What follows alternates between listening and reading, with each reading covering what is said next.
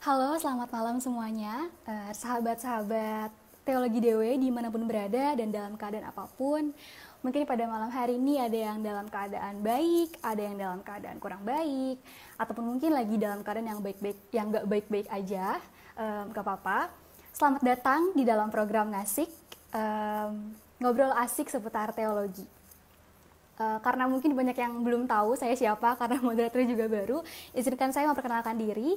Perkenalkan, nama saya Hani, saya angkatan 2018, program studi S1 Fakultas Teologi UKDW, dan pada malam hari ini saya akan membantu atau memoderatori jalannya ngasih kita pada malam hari ini.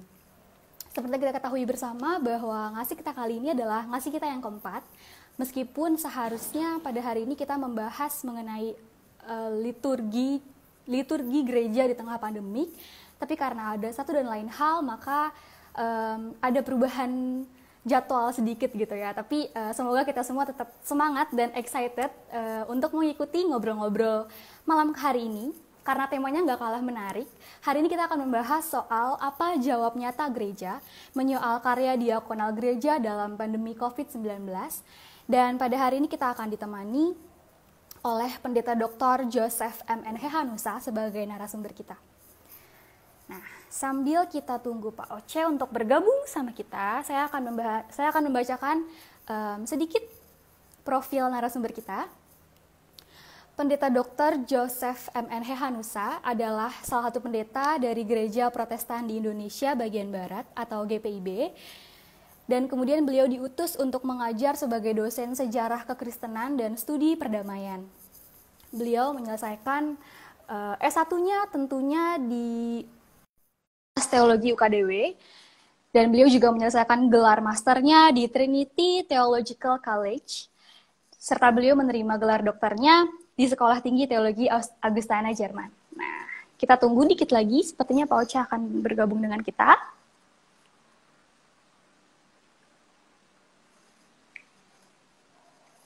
Gimana nih teman-teman, sudah memasuki, kalau saya sih 2 bulan ya, 2 bulan lebih lumayan, 2 bulan lebih sedikit udah kuliah online, kuliah di rumah, semuanya apa-apa di rumah, kerja di rumah. Ini saya coba lagi, go live.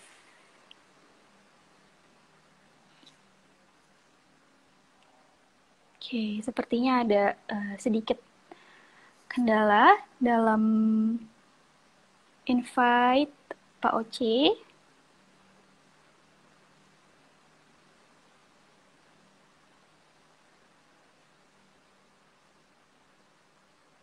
Oke.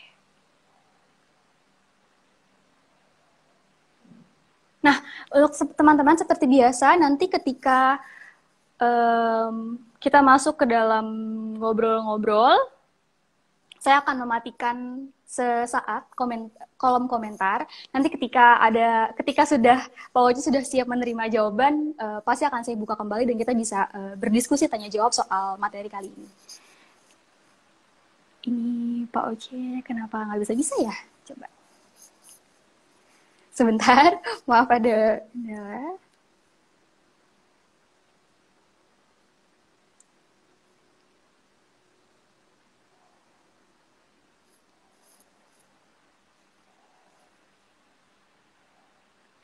Nampaknya, nah, sebentar lagi Pak Oce akan bergabung sama dengan kita. Oke, halo Pak Oce, akhirnya Pak. Halo Hani, halo, Gimana, apa kabar? Pak? Apa kabar Pak?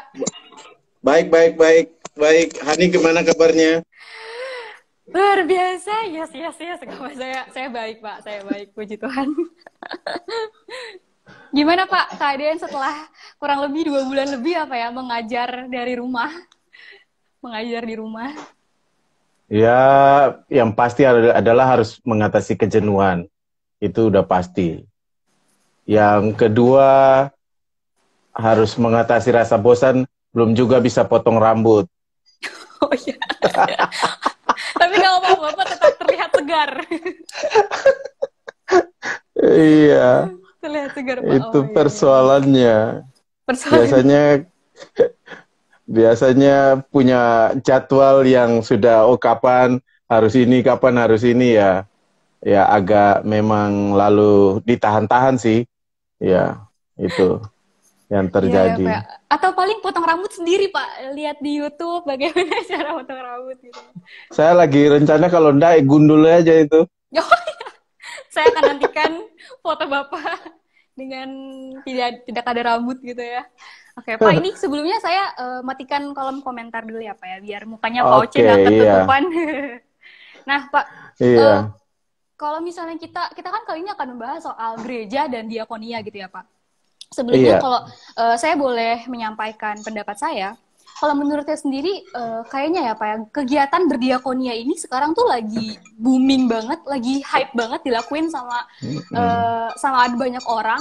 Bahkan sekarang bisa dilihat nggak cuma gereja aja ya Pak ya. Kayak setiap pribadi, Iya. setiap individu bisa tiba-tiba menjadi institusi yang mandiri yang bisa ajak semua orang untuk berdiakonia, untuk melakukan em, donasi-donasi. Tapi sebenarnya apa sih Pak makna dari diakonia itu sendiri dan Bapak jelasin dong ke kita kayak dasar dan tujuan dari diakonia itu apa dan kenapa gereja perlu berdiakonia gitu Pak? Iya, kalau ya setiap orang bisa berbagi kasih aja ya. Setiap orang bisa berbagi kasih, berbagi kebaikan, tapi itu kan bukan diakonia, itu lebih pada apa karitas, berbagi kebaikan, cinta kasih. Mm-hmm. Tapi kalau Mm-hmm. diakonia itu identik dengan gereja, diakonia itu adalah bagian dari bergereja, gitu kan? Iya, lebih lebih tepat lagi kita katakan institusi gereja, gitu kan? Baik dia secara langsung dilakukan oleh gereja maupun diwakilkan kepada institusi tertentu, gitu kan? Iya, misalnya pengalaman saya di Jerman itu kan gereja-gereja Lutheran itu mereka punya yang namanya diakonische Werk, gitu kan? Artinya apa lembaga atau organisasi gereja ya dia ada di dalam struktur gereja gitu kan yang memang punya tanggung jawab untuk mengelola kegiatan-kegiatan diakonia gereja itu sendiri kan. Nah, mengapa? Karena diakonia itu adalah jati diri gereja ya. Diakonia itu jati diri gereja, diakonia itu adalah salah satu cara gereja menunjukkan kepada dunia bahwa Allah tetap peduli kepada dunia ya. Diakonia adalah cara gereja mengkonkretkan pemberitaan firman Allah dalam kehidupan bersama seluruh ciptaan. Ya, diakonia harus menunjukkan keberpihakan gereja kepada seluruh ciptaan. Jadi, diakonia itu adalah bagaimana gereja mewujud nyatakan keteladanan Kristus yang dia terima itu. Ya. Nah, kalau saya boleh gambarkan, dia petanya kira-kira begini. Nah, saya tunjukin ini nih. Saya buat apa kerangka berpikirnya begitu. Jadi di bawah itu Kayak ada rumah gitu ya Pak keteladanan, ya? iya. Di bawah itu ada keteladanan Kristus, lalu pilarnya itu adalah kasih, kepedulian, ya. Lalu keadilan yang semuanya itu ditutupi dengan penyangkalan diri dan dari situlah lalu kemudian diakonia dia dilakukan, ya. Nah, karena dia adalah juga mengekspresikan keteladanan Kristus, saya mau katakan bahwa diakonia itu adalah ekspresi salib Kristus sendiri sebenarnya. Ya. Diakonia itu adalah ekspresi salib Kristus karena dia memperlihatkan bagaimana ketaatan gereja kepada Allah, gitu kan?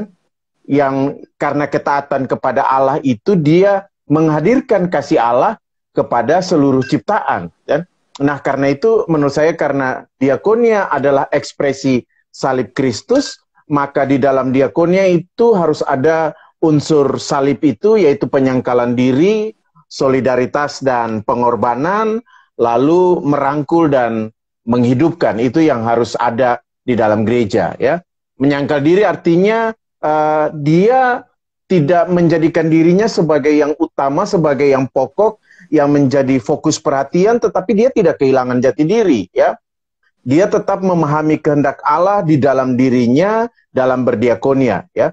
Nah, tetapi dalam penyangkalan diri ini fokus dari subjek diakonia itu adalah orang yang ada di luar diri gereja itu sendiri. Di dalam solidaritas dan pengorbanan, dia berupaya untuk menghargai hidup subjek diakonia dan menghargai makna atau katakanlah menghidupi makna dari subjek diakonia itu sendiri. Ya, baik itu gereja maupun di luar gereja itu sendiri. Dia mengetahui kekurangan, keterbatasan, dan kebutuhan subjek diakonia dan mengambil bagian di dalam, ya katakanlah, menolong mengatasi kekurangan dan keterbatasan itu. Karena itu dia harus memahami dengan baik kebutuhan. Nah, ini saya bedakan dengan keinginan. Jadi yang dilakukan koinonia adalah menjawab kebutuhan, bukan memenuhi keinginan dari subjek diakonia itu. Sedangkan dalam merangkul dan menghidupkan, ya, dia melakukan yang tidak bisa dilakukan oleh subjek diakonia. Artinya bahwa subjek diakonia itu sendiri masih bisa melakukan sesuatu, kan? Nah, gereja melakukan apa yang tidak bisa dilakukan oleh subjek diakonia itu, ya. Lalu karena itu dia melibatkan subjek diakonia di dalam memenuhi apa yang menjadi kebutuhannya, ya, termasuk juga melibatkan pihak lain dalam membantu subjek diakonia, dan dengan begitu dia membuat rantai solidaritas dan pemberdayaan dalam proses berdiakonia itu. Nah, kira-kira itu gambaran dari apa yang mau kita lihat terkait dengan diakonia itu, Ani. Nah Pak, kalau misalnya kita mengacu pada buku Yesus dan Wong Cilik ya Pak, karyanya Pendeta Joseph, tapi bukan Hehanusa, maaf ya Pak, karyanya Pendeta Joseph P. Wiryatmojo, itu ada 3 model diakonia, ada yang karitatif, ada reformatif, ada transformatif. Nah, boleh dong Pak dijelasin secara umum sebenarnya masing-masing ketiga model ini tuh apa, dan contoh konkret dari masing-masing model ini seperti apa gitu Pak, biar kita bisa memahami diakonia lebih luas lagi. Iya, nah pertama saya mau katakan begini, cakupan diakonia itu adalah apa yang diwartakan oleh gereja, ya, itu yang harus diingat. Jadi firman Allah yang diwartakan oleh gereja itu dia harus menjadi konkret melalui diakonia gereja, ya. Nah, jadi pertanyaannya apa sih sebenarnya yang gereja wartakan? Ya, apa yang gereja melalui firman-Nya, melalui kehidupannya dia wartakan? Terutama hari Minggu itu gereja ngomong apa aja, gitu kan? Nah, kalau gereja cuma ngomong tentang sorga yang di sana terus, sorga yang di sana terus, ya memang dia tidak akan berpikir tentang bagaimana menghadirkan dia di sini, kan? Nah, tapi kita tahu bahwa firman Allah itu dia berhubungan dengan keberlangsungan hidup manusia. Dia berkaitan dengan pemeliharaan ciptaan yang lain, gitu, artinya manusia, alam, dan juga ciptaan yang lain, gitu. Nah, dia berkaitan dengan keadilan dan kebenaran, dia berkaitan dengan penegakan hukum, dia berkaitan dengan pelayanan dan sebagainya. Maka menurut saya, kalau isi firmannya itu dan gereja bicara tentang hal itu, maka di dalam pelayanan diakonia gereja yang konkret itu harus mencakup semuanya itu, gitu kan? Ya. Jadi gereja tidak hanya bicara soal bagi-bagi, tapi karena gereja bicara tentang keadilan dan kebenaran, nah bagaimana diakonia itu juga meliputi semua cakupan pemberitaan atau pewartaan firman itu. Nah, karitatif, reformatif, dan transformatif, itu kan model kita mewujudkan, bagaimana kita mengkonkretkan pelayanan kita itu, ya. Ya.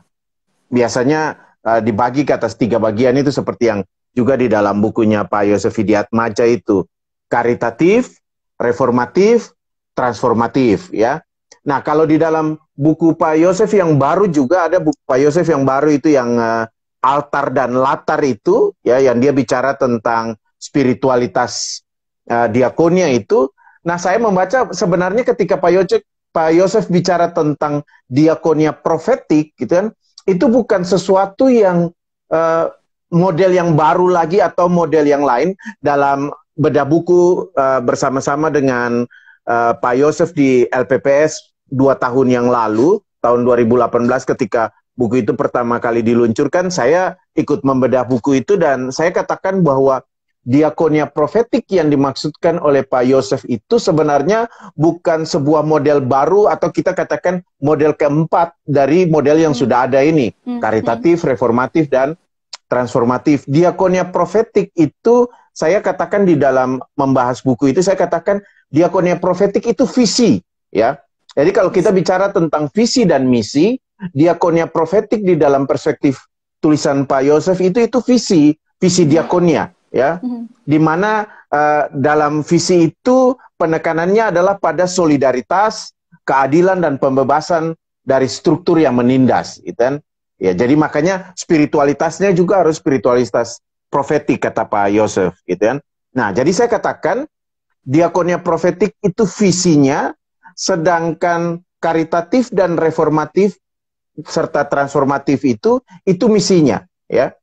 Jadi visi diakonia profetik diwujudkan dalam karya misi diakonia yang karitatif, yang reformatif, dan yang transformatif, ya. Nah, berkaitan dengan hal itu kita harus mengerti lalu bagaimana. Nah, saya katakan kalau karitatif itu kita biasanya membutuhkan modal materi atau uang yang besar dari gereja. Kalau gereja sangat menekankan pada karitatif, gitu kan. Nah, keberlangsungan diakonia ini dia sangat ditentukan oleh seberapa besar modal dan seberapa banyak modal yang dimiliki atau bisa diusahakan oleh gereja, ya. Jadi kalau dana diakonianya menipis, ya mungkin bantuannya akan menipis juga, akan berkurang, gitu kan. Tapi kalau bisa digalang lebih banyak, ya mungkin bisa terus, gitu kan. Nah, tetapi ya diakonia karitatif itu kan kita beri aja. Kita ngasih sembako, kita ngasih makanan, ya, kita ngasih duit, bentuknya ya, materi ya, kita, Pak, ya? iya, bentuknya materi, kan? Bentuknya materi. Nah, dia cenderung, dan diakonia seperti ini dia akan cenderung menciptakan ketergantungan pada gereja, hanya akan menciptakan orang yang menyodorkan tangan terus, gitu kan? Ya, kapan lagi nih?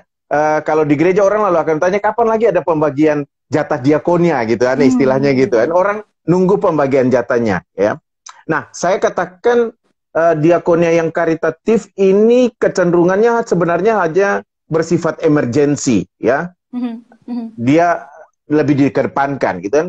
Nah, tapi kalau dia mau berlangsung lama, jangan terus karitatif, gitu kan. Jadi jangan disuapin terus, gitu kan. Ya, bagaimanapun misalnya katakanlah saya punya anak, ya waktu dia kecil ya saya akan nyuapin dia terus, gitu kan. Tapi kalau dia sudah agak menanjak besar, dewasa, saya akan katakan itu sudah tersedia makanan, silakan ambil dan makan sendiri, gitu kan. Ya, syukur-syukur kalau kamu bisa masak sendiri, ya. Kayak saya senang tadi siang dia masak nasi goreng buat kami makan dan dia yang masak. Dia sudah bisa masuk ke reformatif dia. Sudah bisa lebih luas. Jadi tidak hanya dimasak itu. Jadi tadi siang dia yang masak nasi goreng. Enak juga, saya senang, gitu.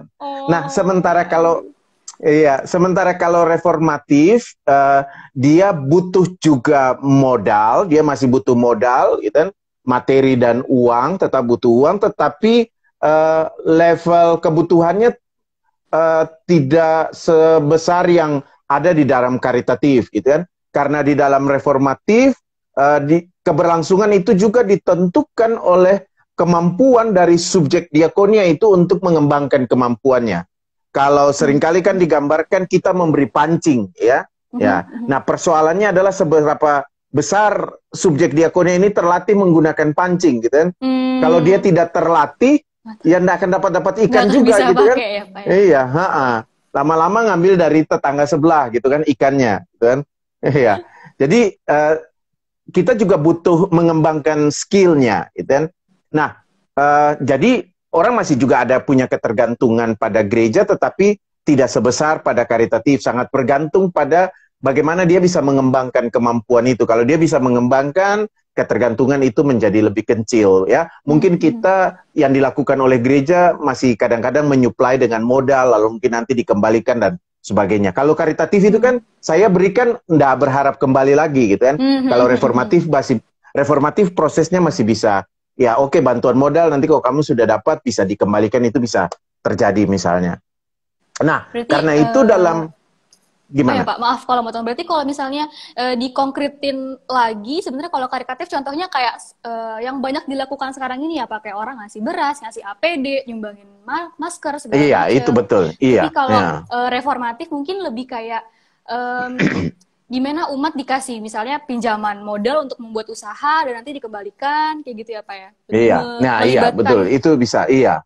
Iya, atau sekarang misalnya orang mulai bicara tentang ketahanan pangan, bagaimana menggunakan lahan yang terbatas, kita bantu untuk bagaimana dia mengolah lahan ada supaya dia bisa mencukupi kebutuhannya juga gitu kan. Nah, kita bantu dengan bibit, kita bantu menyediakan apa begitu.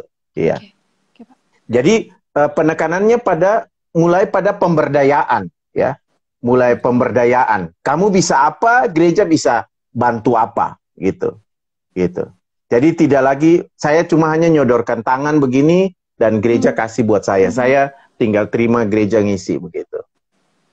Tapi Pak berarti tidak serta-merta kan ya Pak? Kedua model ini bisa dibilang buruk atau tidak pantas gitu. Nggak cocok. Serta-merta kedua model ini buruk gitu ya Pak. Tapi yang perlu ditekankan adalah jangan sampai gereja cuma berhenti di dua model ini, tapi harus bisa mencapai ke yang transformatif itu ya Pak.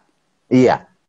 Nah, kalau kita beranjak pada transformatif, saya katakan bahwa modal tetap penting, materi atau uang tetap dibutuhkan, gitu kan? Tetapi yang paling penting adalah kita harus punya database sumber daya manusia gereja, ya. Karena di dalam transformatif kita tidak lagi fokus besar pada uang atau materi ini, tetapi kita mau memberdayakan sumber daya manusia yang ada, gitu kan? Yang lewat database dan lewat sumber daya yang ada ini, kita akan membangun jaringan yang lebih luas, yang lebih besar. Jadi saya katakan bahwa transformatif itu dia dibedakan dari reformatif dan karitatif karena dia membutuhkan tangan yang jauh lebih banyak, gitu kan? Jaringan. Jadi itu yang dinamakan dengan jaringan, gitu kan? Dan kalau kita mau melibatkan lebih banyak lagi dan membangun jaringan dalam melakukan karya diakonia ini, maka analisis terhadap permasalahan itu sangat dibutuhkan, ya. Kita perlu melakukan apa betul ini yang dibutuhkan atau ini sekedar hanya keinginan, gitu kan? Kita tahu betul apa yang menjadi kebutuhan, baru kemudian kita membuat perencanaan dengan baik, gitu kan? Nah, Hani perhatikan ini baik-baik supaya kalau nanti kuliah teologi sosial tinggal Hani yang jelasin, saya tinggal duduk aja gitu kan. Oh, jangan Pak, nanti saya nggak masuk dua pertemuan pertama. Ya enggak apa-apa, nanti masuk lagi saya minta jelasin. Nah, jadi di sini keterlibatan seluruh pihak terkait menentukan keberlanjutan proses gitu kan. Jadi tidak lagi misalnya katakanlah misalnya gereja dan Hani atau gereja dan saya, tetapi bisa Hani dengan gereja, dengan pihak A lagi, dengan pihak B yang semuanya itu akan saling bermitra untuk saling memberdayakan dan menguatkan. Gitu kan? Nah, misalnya tadi ya, sering saya pakai contoh yang biasa dipakai. Gitu kan? Tadinya kita kasih ikan buat dia. Nah, sekarang kita kasih pancing. Gitu kan? Nah, dia merasa sekarang dia punya kemampuan untuk bahkan bisa lebih, bahkan tidak hanya mancing, tetapi dia sudah tahu bagaimana membudidayakan ikan itu. Nah, pertanyaannya adalah kalau dia bisa membudidayakan ikan itu, lalu dia hasilnya semakin jauh lebih banyak, bahkan melebihi kebutuhannya sendiri, bagaimana itu bisa juga dimanfaatkan untuk meningkatkan ekonominya. Nah, untuk ini kan kita perlu jaringan yang lain lagi. Siapa yang bisa membantu untuk jual? Siapa yang bisa bantu untuk mungkin mengolah yang lain? Karena mungkin dia tidak bisa dan gereja tidak bisa. Gereja tidak bisa jual hasil budidaya ikannya dia itu. Nah, kita butuh yang lain lagi, gitu kan? Atau dia mau ke pasar, tetapi di pasar sana sudah banyak orang yang ya sudah pokoknya katakanlah sudah ada kelompok-kelompoknya yang kamu harus begini, harus begitu, dan melalui proses ini kamu baru bisa lancar di dalam katakanlah berbisnis ikan laut misalnya atau ikan air tawar. Nah, kita butuh orang-orang yang bisa menopang, bisa mendukung supaya proses ini berjalan dengan baik. Gitu. Kalau seperti itu berarti yang jadi kata kunci dari diakonia transformatif ini pemberdayaan ya Pak ya. Bagaimana gereja bisa memberdayakan memberdayakan dan memberdayakan dan membangun jaringan, membangun kemitraan. Iya. Jadi dan gereja tidak lagi sendiri. Iya, gereja tidak lagi sendiri. Itu. Nggak terpaku cuma sama umat, bahkan juga orang-orang yang di luar gereja gitu ya Pak ya. Iya. Oh, yang harus diingat bahwa diakonia yang tadi saya katakan dia merangkul, jadi dia merangkul siapa saja. Diakonia tidak bisa dibatasi hanya untuk warga gereja saja, gitu kan? Dalam arti warga gereja setempat, tapi juga bahkan tidak bisa dibatasi hanya untuk orang Kristen saja, gitu kan. Diakonia harus menjadi katakanlah sebuah kesaksian gereja yang terbuka bagi yang lain. Nah, karena itu lalu kita melihat link di antara diakonia dengan koinonia dengan marturia itu, gitu kan. Diakonia menjadi ekspresi bahwa kita satu dengan yang lain, gitu kan. Bahwa kita tidak, bahwa persekutuan kita bukan persekutuan yang eksklusif, ya, yang hanya di antara warga jemaat saja, yang hanya di antara sesama orang Kristen saja, tetapi diakonia kita terbuka untuk agama yang lain juga, dan tetapi diakonia juga menjadi kesaksian kita bahwa cinta kasih Allah, jadi itu marturia kita juga, gitu, bahwa cinta kasih Allah itu terbuka bagi siapa saja, gitu. Cinta kasih Allah itu merangkul siapa saja tanpa bertanya terlebih dahulu kamu mau menjadi pengikut orang Kristen atau tidak, itu bukan urusan, gitu kan. Nah, karena itu saya katakan bahwa justru di tengah pandemi COVID-19 ini, gitu kan, marturia gereja itu semakin menjadi marturia publik, gitu kan. Karena diakonia kita adalah diakonia publik, gitu kan. Marturia kita menjadi marturia publik juga, gitu kan. Artinya pelayanan yang bisa dilihat oleh orang lain, pelayanan yang juga bisa dirasakan oleh orang lain, gitu kan. Dan orang akan melihat gereja ini dia eksklusif ataukah tidak, dia hanya peduli dengan dirinya sendiri saja ataukah tidak, ataukah dia ini adalah gereja yang memang bisa menerima siapa saja, gitu ya. Berarti sebenarnya diakonia ini dalam banget ya Pak, karena sebenarnya pendirian orang Kristen terimplementasi ke dalam gerakan diakonia ini. Sama seperti yang Tuhan Anda katakan ya Pak, kalau misalnya kita harus mengasihi sesama manusia, itu berarti nggak tercakup sama, nggak terbatas sama teman-teman di sekitar kita aja, tapi juga orang-orang yang mungkin jauh di luar sana gitu ya Pak. Nah, betul. Berarti, Pak, karena itu kadangkala saya mengkritik juga, gitu, ada gereja-gereja yang membuat pembedaan begini. Kalau pelayanan atau program diakonia itu buat gereja, gitu kan? Tapi lalu program kepedulian kasih atau program pelayanan kasih atau program pelayanan dan kesaksian itu untuk orang di luar gereja, gitu kan? Jadi seakan-akan diakonia itu hanya untuk gereja, pelayanan kasih, pelayanan dan kesaksian, atau pelayanan cinta kasih itu untuk yang lebih luas. Ya padahal enggak, justru diakonia itu ya merangkul yang lain juga, gitu kan. Nah, tinggal katakanlah cakupan keluasan diakonia kita itu kita buat yang seperti ini kita untuk gereja, yang ini untuk di luar atau apa, tinggal kejelasannya mana program-program yang untuk warga jemaat, untuk orang Kristen, untuk semua umat manusia, itu yang perlu kita lakukan, gitu kan.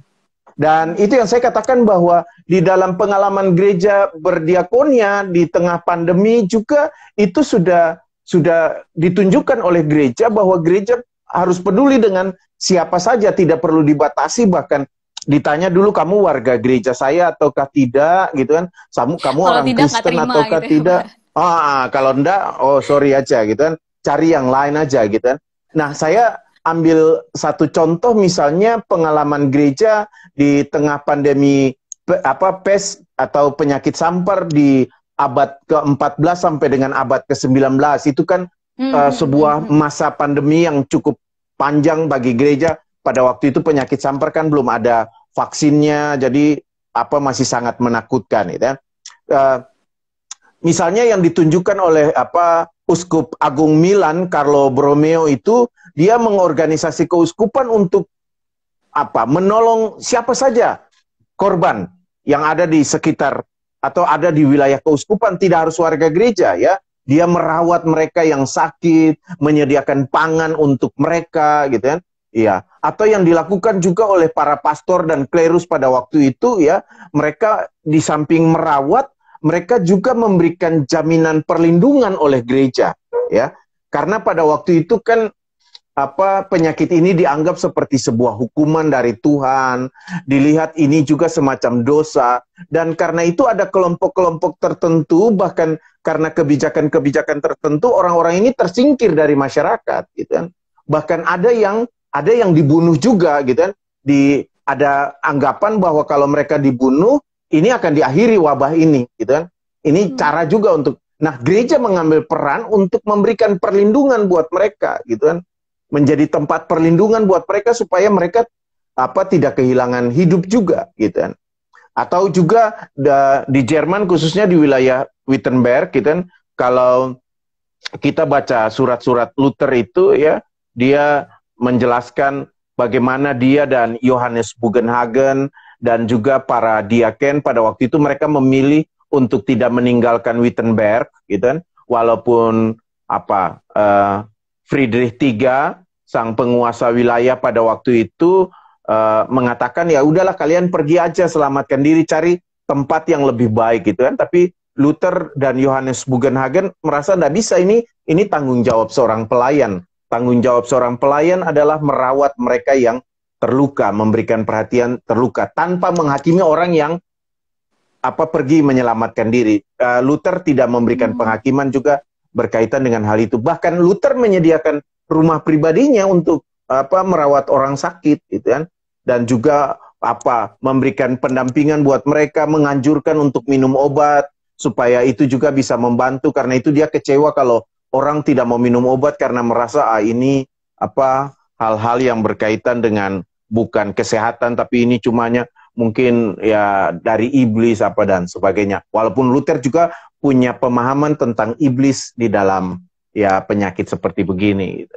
Tapi ya itu yang dilakukan gereja. Jadi bukan hanya memperhatikan memberi makanan, tapi juga merawat mereka, memperhatikan bagaimana mereka juga bisa sehat secara fisik, secara psikis, dan juga mereka hidupnya dilindungi, gitu kan. Jadi diakonianya tidak terbatas hanya pada bagi-bagi itu. Ya mungkin kita bisa katakan bahwa diakonianya belum perspektifnya seluas seperti yang kita pahami tadi, seperti karitatif, reformatif, dan transformatif. Nah, menarik Pak. Berarti kalau misalnya kita, jadi sebenarnya kegiatan berdiakonia ini udah lama banget dan udah jadi jati diri gereja gitu ya Pak. Dan kalau saya lihat, yang saya perhatikan adalah berarti bahwa sebenarnya diakonia ini bukan hanya sekedar kegiatan yang memanfaatkan momentum begitu saja ya Pak. Dalam artian bukan berarti momentum itu nggak penting, tapi bagaimana gereja bisa konsisten dan melakukan diakonia ini secara holistik, nggak cuma ketika ada jemaat yang membutuhkan sesuatu yang urgent banget, tapi juga bisa mendampingi kehidupan dan kebutuhan jemaat gitu ya Pak. Oh iya. Nah, konsep diakonia ini sendiri ya kita katakan bahwa itu ada di dalam Alkitab ya, itu berdasar pada Alkitab. Dan diakonia itu seringkali dihubungkan dengan pelayanan meja, seperti di dalam Kisah Para Rasul itu ya. Nah, tetapi secara praktek bergereja sendiri, diakonia sudah cukup lama gitu. Salah satu catatan yang memperlihatkan bahwa diakonia, kalau kita menelusuri sejarah gereja, memperlihatkan bahwa diakonia itu sudah menjadi bagian dari sejarah gereja, bahkan sejarah gereja lama itu dalam catatan-catatan Yohanes Chrysostomos itu, gitu kan, yang memperlihatkan bahwa di sana diakonia sudah ada, gitu kan, sudah menjadi bagian dari perhatian gereja terhadap terhadap gereja dan biara-biara terhadap masyarakat yang ada di sekitarnya itu, gitu. Jadi sudah menjadi bagian dari kehidupan atau tradisi bergereja yang cukup lama, ya itu. Nah, berarti setelah kita udah tahu, udah cukup jelas mengenai dasar, tujuan, dan juga model-model cakupan, serta kita juga belajar dari sejarah gereja pada zaman dahulu gitu ya Pak, bagaimana mereka berkegiatan diakonia. Nah, berarti yang saya penasaran adalah, menurut Bapak berarti di tengah-tengah kondisi seperti ini, bagaimana gereja harus bersikap? Apakah cuma sekedar ya udah bagi-bagiin terus aja beras, sembako, APD segala macam, tapi atau harus gimana Pak biar gereja ini bisa mencapai ke sebuah diakonia yang transformatif? Iya, nah karena itu saya selalu katakan begini, perlu dimengerti ini kurun waktu diakonia kita ini seperti apa, gitu kan? Kita harus punya kurun waktu diakonia yang jelas, gitu kan? Nah, seringkali orang berpikir, saya katakan juga sama seperti kalau kita sedang mengalami bencana alam atau musibah, orang seringkali berbondong-bondong untuk menunjukkan kepedulian ketika bencana itu terjadi. Tapi setelah bencana itu selesai, biasanya perhatian-perhatian itu sangat terbatas, sangat minim, ya. Sang penyintas seringkali harus berjuang sendiri untuk mengatasi situasi yang ada. Karena itu saya katakan kurun waktu diakonia itu harusnya dalam situasi pandemi atau di tengah pandemi COVID-19 ini harus dibedakan atau katakanlah dibagi atas dua bagian. Masa pandemi ini, itu kan, dan masa setelah pandemi ini, gitu kan. Nah, yang menjadi masalah adalah kan kita tidak tahu seberapa lama masa pandemi ini, gitu kan. Sudah 2 bulan nih kita di rumah nih, kita nggak bisa macam-macam, gitu kan. Ya bisa macam-macam sih, cuma yang biasa dilakukan kita juga agak terbatas, gitu. Nah, karena itu dan masa juga nanti setelah pandemi kita tidak tahu sampai dengan nanti kita betul-betul stabil akan berapa lama, gitu kan. Nah, makanya saya katakan harus dibuat juga perencanaan yang jelas, gitu kan. Jangka pendeknya apa, jangka menengahnya apa, jangka panjangnya apa, gitu kan. Kalau masih dalam masa pandemi seperti ini, saya hanya terus memikirkan bagi-bagi sembako, seberapa kuat nih saya punya dana untuk bagi-bagi sembako terus, gitu kan. Apalagi kalau dikatakan bahwa kita baru betul-betul keluar dari masa pandemi ini tahun depan, berapa banyak nih, gitu kan. Apalagi gereja katanya ibadah online itu mengurangi uang persembahan dan juga membuat kas gereja menjadi menipis, gitu kan. Nah, bagaimana kita harus perlu pikirkan itu. Jadi kurun waktunya ini yang perlu dipikirkan, gitu kan. Lalu yang berikut juga adalah persoalan apa yang mau kita tangani, gitu kan. Persoalan apa yang juga bisa dilakukan gereja dalam pelayanan diakonia ini, gitu kan. Nah, saya katakan bahwa sering katakan persoalan pandemi COVID-19 ini kan setidaknya dalam perspektif saya memunculkan 5 masalah, ya. Yang pertama itu kesehatan fisik, ya. Di sana ada orang sakit, itu kan, ada orang yang rentan, tapi juga ada orang yang terdampak, artinya terdampak virus ini, dia yang dinyatakan positif, gitu kan, lepas dari ODP dan PDP dan PHP dan sebagainya, gitulah, itu, ya. Nah, tapi tapi ada juga, iya, PHP itu yang lain, itu kan. Oh, iya, ya, tapi ada persoalan juga berkaitan dengan kesehatan psikis, gitu ya. Ada kecemasan dari orang yang terdampak, gitu kan. Ya, orang yang ketika dia tahu dia kena, lalu stres luar biasa, gitu kan. Tapi juga kecemasan dari keluarga yang terdampak, gitu kan. Tapi juga ada kecemasan dari warga masyarakat secara umum, kekhawatiran, gitu kan. Kalau saya kena nanti bagaimana dan sebagainya, gitu kan. Tapi juga ada masalah psikis yang lain karena situasi ini membuat terutama mereka yang merasa lalu sendiri, kesepian, gitu kan. Tetapi juga ada persoalan psikis yang lain yang akhir-akhir ini ramai dibicarakan, yaitu cabin fever itu, gitu kan.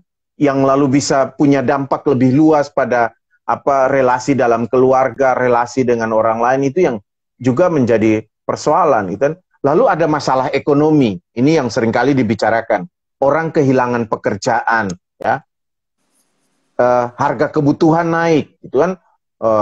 Ya, saya melihat bahwa harga-harga yang biasanya ya tidak sebegitu mahal, sekarang mahal sekali, gitu, memuncak, gitu kan. Saya tahu sekali belanja dengan barang yang sama, jumlah kuantitas yang sama, berapa habisnya sekarang berbeda lagi harganya, gitu kan. Sehingga yang terjadi adalah orang kesulitan memenuhi kebutuhan yang diharapkan, ya. Nggak sehat disuruh makan buah, ya. Maksudnya nggak ada pandemi COVID-19, makan buah aja susah, gitu kan. Harus minum obat vitamin C, vitamin D, nah sebagai di tengah situasi ini orang disuruh rajin makan buah, olahraga oke lah, gitu. Rajin makan buah, minum obat, memenuhi kebutuhan hidup aja sudah susah, apalagi harus beli buah setiap hari, makan, obat, dan sebagainya. Itu kan juga persoalan, ya. Nah, tapi ada juga yang keempat yang saya katakan menurut saya itu ada masalah sosial, gitu. Di mana orang merasa saya kuat, lalu orang tidak peduli dengan orang lain, gitu. Akhirnya yang terjadi adalah kurangnya solidaritas dengan yang rentan, kurangnya solidaritas dengan yang lain. Akhirnya interaksi kelompok, interaksi yang di luar ketentuan-ketentuan yang ada terus terjadi, gitu kan? Sehingga yang terjadi juga adalah pengabaian terhadap protokol kesehatan yang dibuat oleh pemerintah dan pihak-pihak terkait. Nah, menurut saya ini masalah sosial juga yang juga harus mendapat perhatian kita bersama. Nah, kalau warga gereja yang juga ikut terlibat seperti itu, atau warga masyarakat di sekitar gereja juga melakukan itu, nah bagaimana gereja punya perhatian juga dengan hal ini. Yang kelima menurut saya yang juga perlu dipikirkan adalah bagaimana masalah lingkungan, gitu kan? Bagaimana dengan masalah lingkungan, gitu kan? Satu hal yang paling kita lihat adalah bahwa sampah plastik dan sampah medis luar biasa banyaknya, gitu kan? Betul, Pak. Kemarin kita bicara tentang plastik, tentang mengurangi sampah plastik. Ekologi, ini sekarang coba, gitu ya, Pak, ya? Iya, tapi coba tanya sekarang itu kan sudah berapa botol hand sanitizer yang kita habiskan di tengah masa ini, gitu kan? Betul, berapa apa botol yang kita pakai, apa katanya untuk disinfektan dan sebagainya. Ini kan semua sampah plastik yang ada juga dalam rumah tangga, dalam keluarga, di lingkungan kita, sampah medis, apa masker dan berbagai macam alat perlindungan, ya, belum yang di rumah sakit itu sudah ada. Tapi bagaimana kita bisa memikirkan hal itu, termasuk juga menjaga kebersihan alam dan lingkungan. Nah, kita katakan bahwa dengan kita banyak di rumah ini, katanya ya alam sudah sedikit lebih baik, langit lebih biru, udara ya. Nah, pertanyaannya, kita bisa jaga itu enggak? Ini tantangan bagi kita. Nah, diakonnya juga mau masuk di situ atau tidak, merawat lingkungan itu ataukah tidak, gitu kan? Jangan-jangan kita tidak merasa ini juga tanggung jawab gereja. Jadi setelah kita bisa kembali dalam situasi yang new normal, alam tidak lagi jadi perhatian kita, lingkungan tidak lagi jadi perhatian kita, gitu kan? Yang gereja pikirkan cuma manusianya, gitu kan? Tidak hanya tidak berpikir tentang alam, lingkungan dan yang lain. Nah, menurut saya itu yang perlu dipikirkan. Dan dalam kaitan dengan itu, lalu kita lihat siapa subjek yang terdampak ini, gitu kan? Siapa subjek yang perlu menjadi perhatian bagi oleh gereja ini, dan apakah itu lingkungan masyarakat, gitu kan? Apakah itu komunitas atau paguyuban, gitu kan? Apakah itu keluarga, gitu kan? Apakah itu sekolah, atau mungkin juga usaha ekonomi keluarga, gitu kan? Nah, satu hal yang saya mau juga ajak kita untuk melihat ini, terutama sekolah. Kebetulan saya ikut katakanlah juga ada di dalam mengurusi sekolah Kristen yang ada, gitu kan. Saya melihat akhir-akhir ini kan karena dampak ekonomi, gitu kan. Ini dampak ekonomi membuat banyak orang tua berharap ada potongan SPP untuk siswa, gitu kan. Nah, dalam percakapan kami melihat bahwa ternyata beberapa sekolah Kristen ini mereka secara keuangan tidak kuat, gitu kan.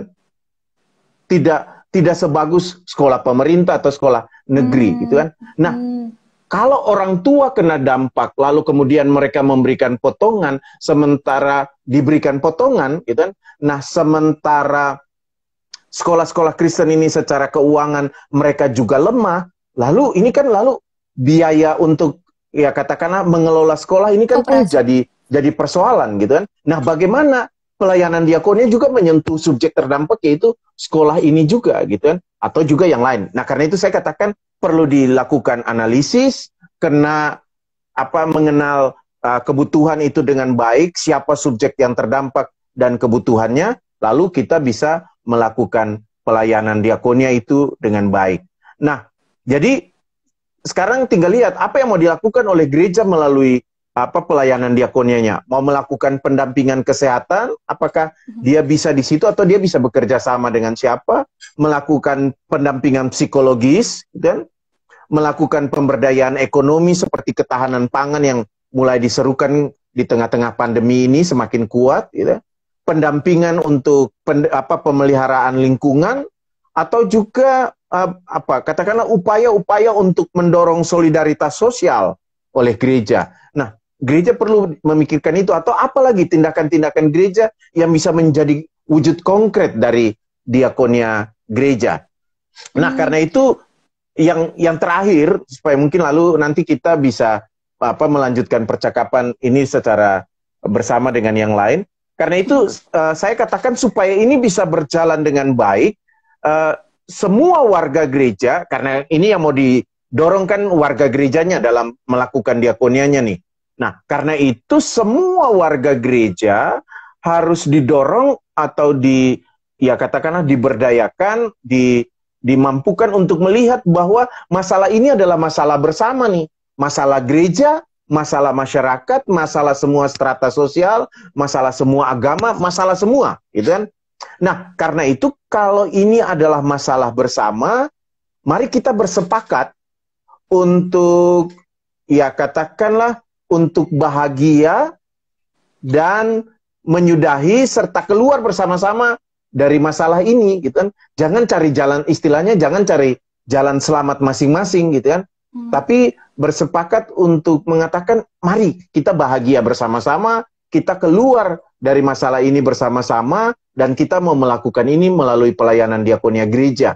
Nah, karena itu harus dibangun nih solidaritas di antara warga jemaat secara bersama-sama, bangun kelompok-kelompok yang bisa saling bekerja sama, menopang satu dengan yang lain. Jangan biarkan pendetanya bekerja sendiri, jangan biarkan misalnya kalau ada satgasnya yang bekerja sendiri, kalau misalnya ada majelisnya yang bekerja sendiri. Mari bangun solidaritas bersama di antara warga jemaat, lalu mendorong keterlibatan seluruh warga gereja, gitu kan? Ya. Lalu dengan begitu kita juga bisa mendorong pemberdayaan potensi seluruh warga gereja. Dan dengan begitu saya pikir kita bisa menjadikan diakonia ini sebagai, katakanlah, cara kita menghadapi COVID-19 ini, baik di tengah-tengah situasi saat ini maupun pasca COVID-19 nanti. Dan ini juga membuat diakonia menjadi diakonia yang berkelanjutan, diakonia yang tidak hanya terjadi karena situasi-situasi tertentu saja. Begitu, Han. Berarti yang menarik adalah sebelum gereja bisa keluar dan menyebarkan jaringannya gitu ya Pak, dia harus terlebih dahulu membekali gitu ya orang-orang yang siap untuk melayani sebelum akhirnya bisa melihat mana yang butuh, mana yang perlu didampingi, mana yang perlu ditemani gitu ya Pak. Dan berarti salah satu kegiatan gereja yang sebenarnya juga merupakan kegiatan berdiakonia itu pastoral, juga berarti kegiatan berdiakonia ya Pak ya dalam hal ini, karena tadi mendampingi jemaat-jemaat pendampingan. Iya, jadi proses pemberdayaan, pastoral, penguatan itu juga harus menjadi bagian dari pelayanan diakonia gereja, gitu kan. Iya. Dulu kan pelayanan gereja kan tugas itu dibagi 3 kan, sebagaimana yang kita tahu, penatua, diaken, lalu pendeta, gitu kan. Yang pelayanan pendampingan, ya katakanlah juga ya penguatan, ya memang lebih banyak diaken itu di samping pendeta juga mendoakan orang sakit juga, tapi ya diaken itu untuk pelayanan yang lebih bersifat pelayanan sosial yang katakanlah tidak bersentuhan secara langsung dengan, dan tanda kutip pemberitaan firman teologis itu yang dan sakramen yang menjadi tanggung jawab pendeta itu. Oke. Iya. Oke, berarti saya udah cukup jelas Pak mendapat gambaran mengenai diakonia yang selama ini mungkin sering harusnya kita lakukan, tapi mungkin agak terabaikan gitu ya Pak. Nah, kita mau langsung aja buka komen, tapi kita ini aja ya Pak, ya kan ada 2 sesi Pak. Nah, saya akhiri dulu, nanti kita akan mulai, lalu kita akan langsung mulai berdiskusi gitu ya Pak. Iya, oke. Iya. Oke, untuk sahabat-sahabat Teologi DW, saya akan mengakhiri sesi ini, lalu saya akan mulai lagi, dan ketika semua tergabung, kita akan mulai untuk bertanya jawab. Oke, makasih Hani. Iya Pak. Iya, gimana Han? Aduh Pak, maaf ya Pak, tadi ada kesalahan teknis, saya nggak tahu tiba-tiba mati terus keluar. Mohon maaf Pak. Aduh. Iya. Ya, tadi kita lagi Iya. Jadi kembali lagi yang tadi yang saya katakan bahwa ya memang mengubah tradisi itu sehingga kita perlu berefleksi ini tradisi ini atau kebiasaan ini harga mati atau bukan gitu kan. Seperti yang tadi saya ulangi sekali lagi saya katakan ya seperti di gereja itu penyerahan Alkitab, harus mikir naik mimbar dari kiri atau kanan, apa kalau penatua bawa Alkitab itu Alkitabnya harus setinggi dada atau di atas kepala atau apa dan sebagainya. Hari Minggu kemarin tahu-tahu saya sudah berdiri di depan kamera, saya sendiri di rumah, majelisnya di rumah, dan toh kita bisa beribadah dengan tenang, bisa mendengarkan firman Tuhan, tidak masalah, ya udah. Karena kan tidak harus jadikan itu sebagai persoalan yang sangat hakiki, gitu kan. Karena itu bukan yang menjadi inti gitu ya, Pak. Itu cuma permasalahan Iya, teknis. inti ibadah kita itu kan adalah persekutuan dengan Tuhan dan sesama yang di dalamnya firman Tuhan hadir gitu kan. Itu. Yang firman Tuhan itu hadir dalam Allah hadir dalam firman melalui pemberitaan firman Tuhan. Kalau Calvin katakan Allah hadir dalam tindakan, dalam karya lewat perjamuan kudus, dan karena itu kalau Calvin dulu katakan ya perjamuan kudus harus setiap hari gitu kan. Karena itu kehadiran Allah yang konkret melalui perjamuan kudus itu. Jadi ya memang mengubah banyak hal, ya tinggal kita, ya walaupun di antara satu dengan yang lain ya berbeda pendapat ya. Misalnya ketika perjamuan kudus ada yang oke, online enggak apa-apa, ada yang katakan enggak bisa, kita tunggu, kita tidak bisa perjamuan kudus daring, kita tunggu offline baru kita ketemu, kita buat perjamuan kudus. Ya itu ada pemikiran pemahaman teologis di balik semua itu, ya kita hargai saja. Tetapi saya katakan bahwa ya di sana sini terjadi perubahan juga gitu. Suka tidak suka, misalnya tidak suka dengan ibadah online, ya sekarang semua nikmati juga ibadah online. Iya. Iya ya Pak. Nah Pak, ini tidak terasa kita sudah hampir 1,5 jam berbincang-bincang gitu ya, menjawab cukup banyak pertanyaan dari sahabat-sahabat teologi DW. Dan rasanya saya sekarang sudah harus mempersilahkan Bapak untuk memberikan satu closing statement gitu Pak, untuk menutup pembahasan kita pada hari ini gitu, yang mencakup semuanya. Iya, yang saya mau katakan, marilah kita mulai berpikir dan merencanakan dengan baik apa diakonia yang akan kita lakukan, gitu kan. Jangan semata-mata hanya memberikan kesan bahwa ada pelayanan diakonia gereja. Kita perlu melakukan diakonia yang betul-betul menjawab kebutuhan jemaat, ya, yang betul-betul memperlihatkan bahwa bukan hanya jemaat, masyarakat maksud saya, sehingga gereja peduli dengan masyarakat karena gereja menunjukkan kepeduliannya kepada masyarakat karena gereja berusaha untuk menjawab kebutuhan masyarakat. Itu yang ditunjukkan. Nah, dalam situasi COVID-19, mari kita pikirkan dengan baik apa yang perlu dilakukan oleh gereja, gitu kan? Pemberdayaan yang perlu dilakukan, mari kita coba buat. Jangan cuma hanya bagi-bagi sembako. Saya juga sepakat dan mau mendorong bagaimana gereja ikut mendorong warga jemaat dan kita semua warga masyarakat untuk ya kita mulai pemberdayaan pangan ini, gitu kan? Karena mungkin kita tidak mau seberapa kuat bagi-bagi makanan dan sebagainya, tapi mungkin lalu kita mulai coba memanfaatkan lahan-lahan terbatas yang ada, gitu kan? Lalu kita mencoba melakukan apa yang bisa dilakukan. Akhir-akhir ini yang lagi coba banyak dimunculkan di media-media sosial itu misalnya budidaya lele di dalam ember, lalu di dalam ember itu juga bisa ditanami kangkung atau sayur-sayuran yang bisa ditanam bersama-sama sehingga hanya dalam waktu 3 minggu, 1 bulan sudah bisa panen, bisa dibagikan dengan yang lain, atau juga lahan-lahan terbatas bisa ditanami itu bisa dilakukan supaya kita bisa ya katakanlah memberdayakan alam, lingkungan dan segala sumber daya yang kita punyai. Nah, karena itu saya katakan gereja harus memanfaatkan, memberdayakan sumber daya yang dimiliki gereja. Jadi jangan hanya berhenti pada bagi-bagi sembako saja.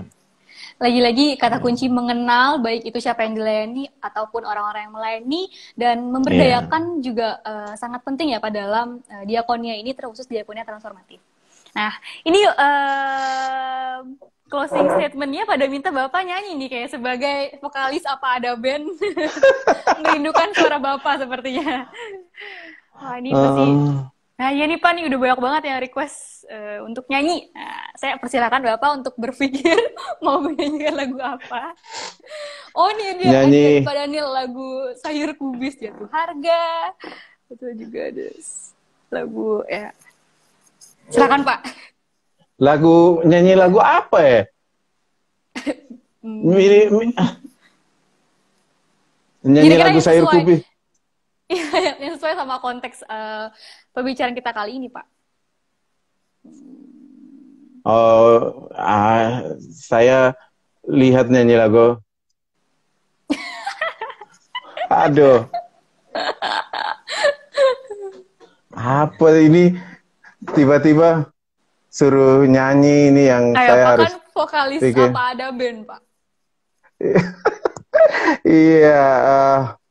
Oh iya, oke. Soal melayani aja ya, supaya supaya mendorong semangat melayani. Iya, melayani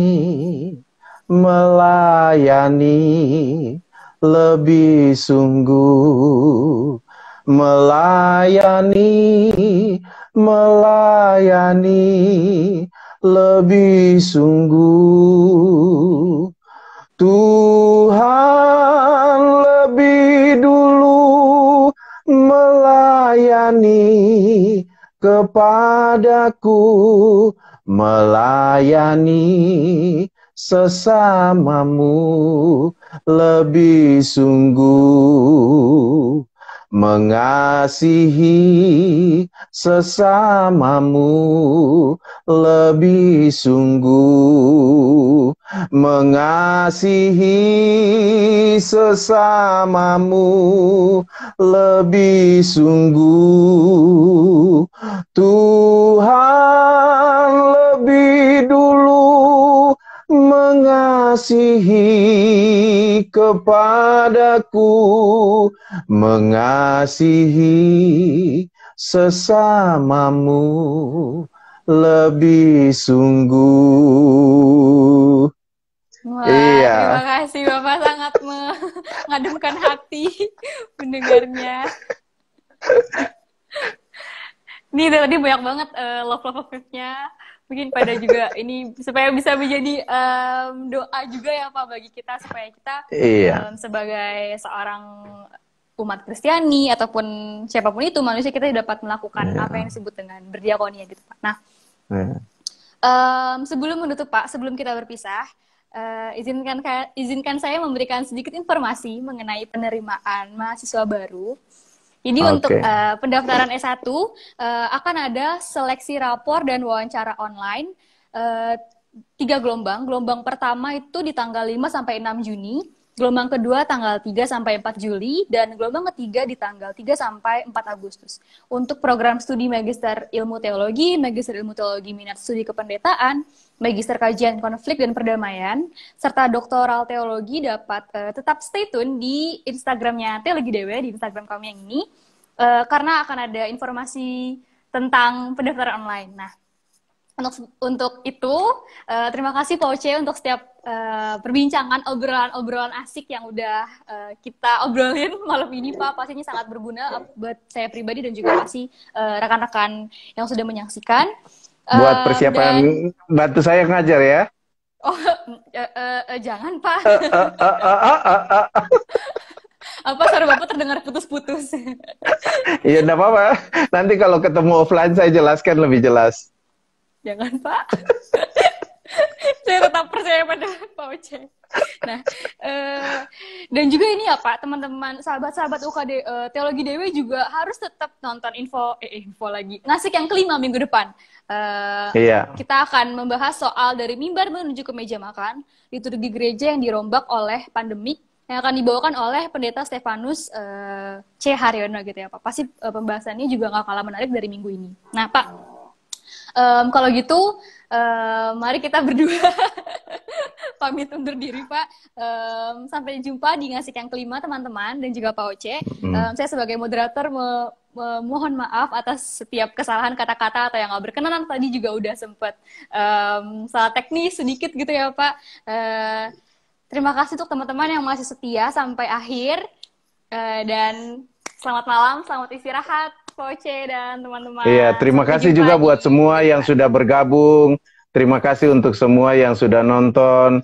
Terima kasih untuk pertanyaan-pertanyaan yang diajukan. Ya. Semoga bisa menjawab apa yang menjadi pertanyaan. Mohon maaf kalau ada hal-hal yang kurang berkenan yang disampaikan juga. Oke, terima kasih. Tetap jaga kesehatan semuanya. Jaga Stay kesehatan healthy. Pak Oce, teman-teman. Selamat Ya. malam. Oke, Tuhan berkati semuanya.